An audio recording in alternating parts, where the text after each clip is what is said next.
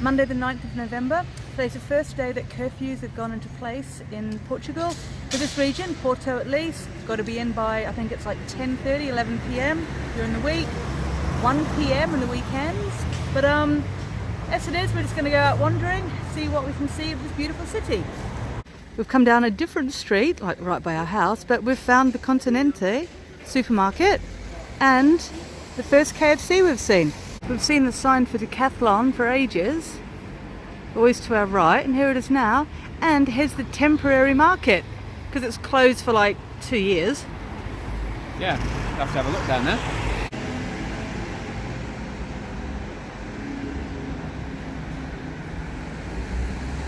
So the central market is closed for a couple of years, and this is what it looks like through there. I mean, you can sort of see how amazing the building was. See if we can zoom in a bit. Back in Freedom Square now, and here we're seeing our first protest in Portugal. The sign reads, I think it's Pão e Água, like bread and water, and I think they're protesting against the closing of restaurants and small businesses in these COVID times. Quite a few police, but everyone just seems really calm. Just up from Aliados, we found the Hard Rock Cafe. It's in a beautiful old building, and just beside it, look at this poor slightly ramshackle building. Just behind like the main square, but I think you need quite a bit of restoration work. Run down back streets behind Aliados Square. Interesting street that.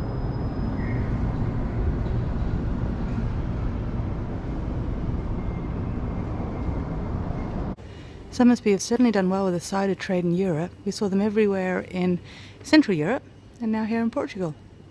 Heading back up near the university, and we've seen this lovely art display that wasn't here the other day. I mean, such stunning buildings anyway. So, Gallery of Paris. But they seem to be, I'm not too sure, like female bodies and skirts.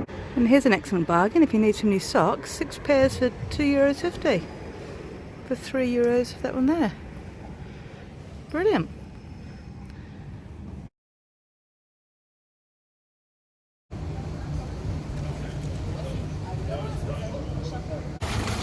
Very nice fountain. And I just love this Art Deco building here. I think it's saying like buy things for more cheaply, buy things cheaply. The trams, and wow, with the church as well. That's so cool. Do you think they are old, or are they made to look old? I'm really not too sure. Either way, they're impressive. Very impressive. And it's off.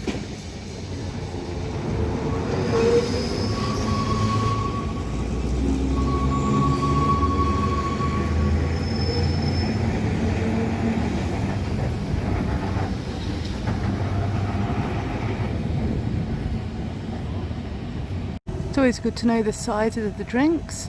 So Fino is 250ml, Principe is 400ml, and Caneja is half a litre.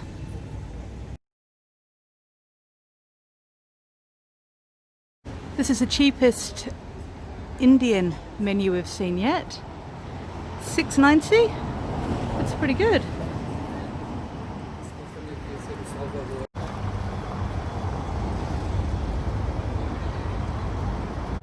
This is the Jardín de Collado Vidriera, I think it's called. Very pleasant little park behind the hospital.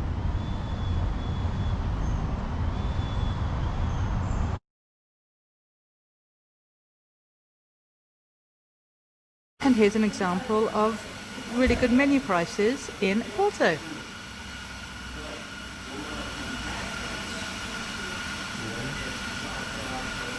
We decided to go for another menu today because it turns out all the specials for Francesinhas are on Tuesdays and Wednesdays. Yep, so we've gone for the $6.50 menu. We're by the park, just by the hospital. Yeah. Yep. And to start with, I have got a fish soup. Amanda's got a vegetable soup. Yep, now we ordered wine. So it's quarter of a litre of wine each, 250 mils. I went for white, Lee's gone for the red. And we've got bread. Fish soup's nice, yeah, it's got a nice subtle flavour. Okay, so vegetable soup. Oh, it's tasty, and it's not too salty. Oh, hang on, is that? Surely not. What's that? Oh no, I thought it was sausage, but no, it is onion or something like that.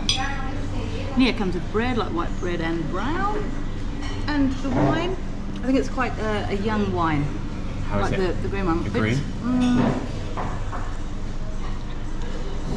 Tasty, slightly sweet, nice. And I think like we'll have 2 small glasses each, which is just enough for lunchtime. For the mains, I have gone for a pork steak with rice, potatoes and a salad, which looks very nice. The soup is really substantial. This place is called Sabor de Fazenda, which is, I think, like a taste of the farm or taste of the countryside, so good country home cooking. And what have you got, Mandy? I went for the vitella. I can't quite remember what type it was. I'm assuming it's a beef stew with patatas fritas, chips and rice, arroz. And the wines have been quite nice. I mean, mine's a little bit, yeah, it's a new one, but Lee was quite impressed with his red wine. He said it had loads of flavour. Oh, Yeah, the pork is very good as well, yeah, it's got flavour to it. Okay, so Mandy's just bit into hers and she made a noise. Chorizo. It's just, oh my word, I thought it was carrot. There is carrot in it, but this is like the carrot and this is a chorizo. Very similar. Got some flavour? Flavour. It's amazing. So you recommend this place? I really like it, yeah, it's brilliant. Good find. One of the things I love about Porto, I'm assuming it's going to be the same in all of Portugal, is tiny little coffees they serve. This is like the default coffee. I haven't seen one with milk yet, but it's small and strong. Might be small, but it packs a big punch. So meat, pork steak, wow, €5. Ham and cheese and stuff, breaded pork. Quite a comprehensive menu. Octopus and olive oil, €11. Pasta, $5.50. Salads and steaks. Very comprehensive, but we really do recommend what Mandy had. The Vitella. We'll have a look outside on the menu, but it was just incredible. So much flavour in that. It's worth coming here for that alone. So this is where we ate, the Sabor da Fazenda. Probably the best prato do dia we've had in Porto so far. Fantastic food, and the great thing is it's just up the road from the Crystal Palace, which is where we're going next. Wow, look at how tiny this church is. Wow, it's incredible. Small little bell tower up there, right opposite Crystal Palace. So apparently the original Crystal Palace was based on the one in London, but they tore it down and rebuilt this one. These are the opening hours. Okay, at the moment it's closing at 7 PM. Okay, interesting. There's an arena on it. Lovely looking gardens, and we're ever so fortunate because it was actually raining while we were in the restaurant at lunch, but now we've got a blue sky again. Lots of park benches. Nice place to relax. I'm in now to the Jadeem do Palacio do Cristal, the gardens of the Crystal Palace. It's got this big domed arena in the middle and some very pleasant gardens to walk around. Nice after having a belly full of lunch. This is a statue of Frugal. I'm guessing it's summer. There's a few Greek inspired statues here. I don't know if you can see this one. Just trying to think of my classics. Not too sure what this one represents, but pigeons certainly having a great time. I feel vindicated indeed because this is primavera, spring. Autumn or otoño is a male. But invierno or winter is a female again. Yeah, my word, I just turned around and wondered what that huge bird was below me, and they're peacocks or peahens just hanging around on the benches.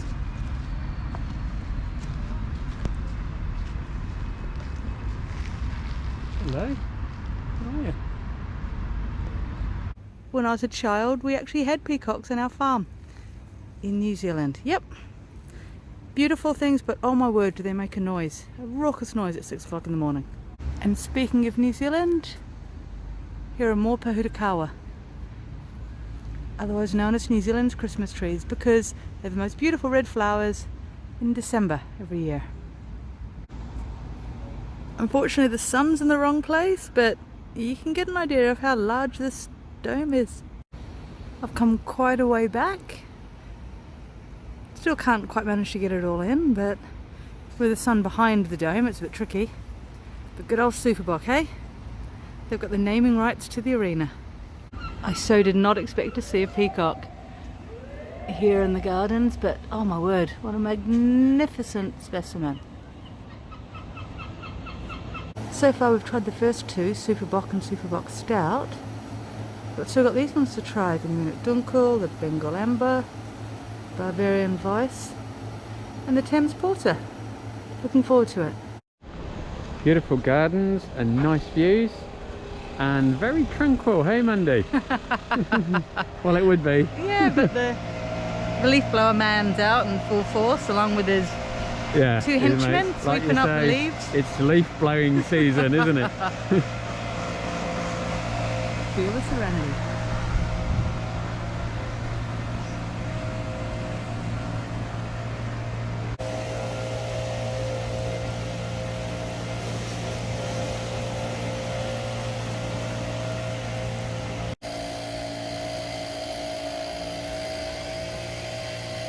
Yet another lovely view of Porto.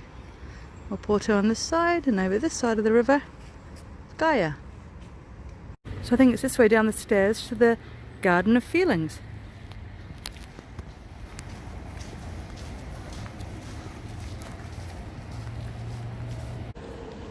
Our plan tomorrow is to actually cross the Dom Louis I bridge and walk around the waterfront, like by here, and all the way around on the Gaia side, because we want to head to, what's the name of the village, Lee? I think it's Alfama, I think it's called. It's a fishing village on the other side, which is supposed to be very pleasant and laid back, worth a walk. Excellent. We found a nice bench just looking over the Garden of Feelings and a wonderful view. We'll stay here for a while.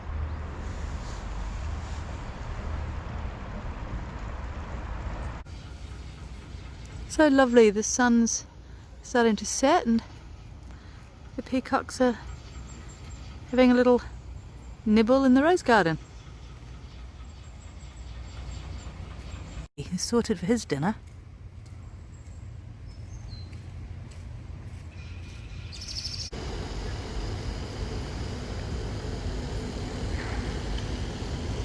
I love these vehicles. It's an which is a, I don't know, Portuguese own brand 4x4. Lee said the instructions inside are all in Portuguese.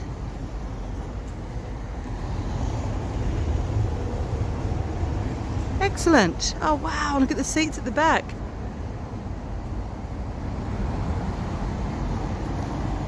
Really cool.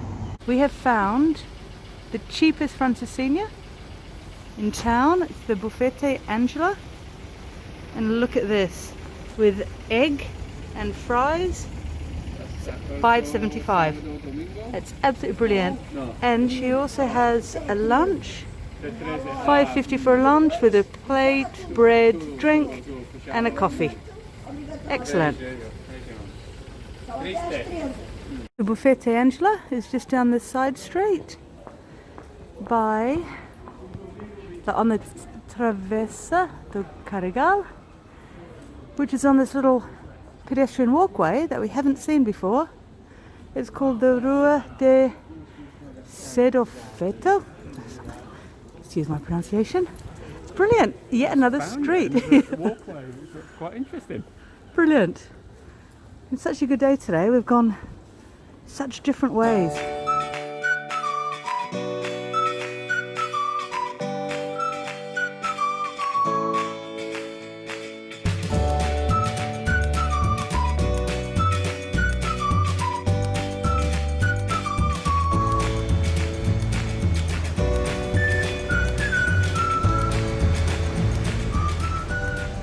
You know, the cheeky little selection from Dia. We've got the white wine, rosé, and the vino tinto. The blanco and the tinto was 77 cents each, and the rosé was a whopping 85 cents.